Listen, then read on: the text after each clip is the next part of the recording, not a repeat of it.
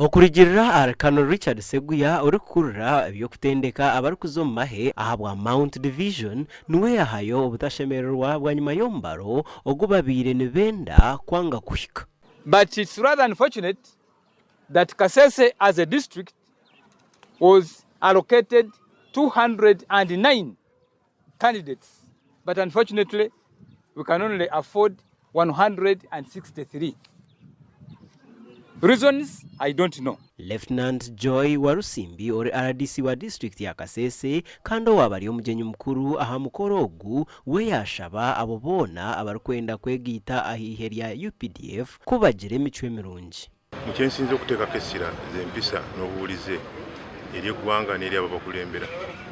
Fenna ekyo gye bayitamu naffe gye twayita.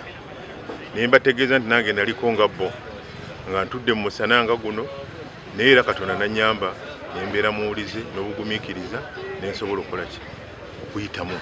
The number one pillar in your development is discipline. Discipline involves everything, including loyalty to your leaders.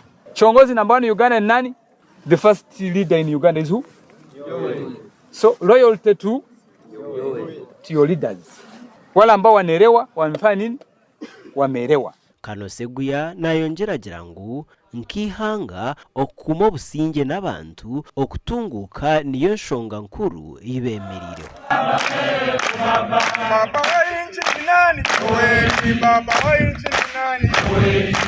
Because with an insecure environment, there is no way Uganda can develop. And the only way Uganda can be secure is by sacrifice. We must sacrifice as Ugandans to ensure that this country is safe. Eggwanga otali muntu asinga kuyinza kugamba kwagala eggwanga ly'okusinga gwo. So bakulembeze okwagala eggwanga lyabwe ate bakulembeze nabo bennyini okutya bakama baabwe abakulembera babe batambula.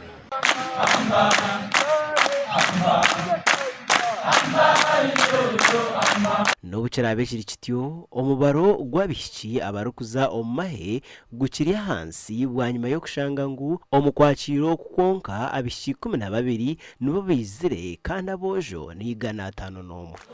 Gashakwa Gilbert Mahangusi.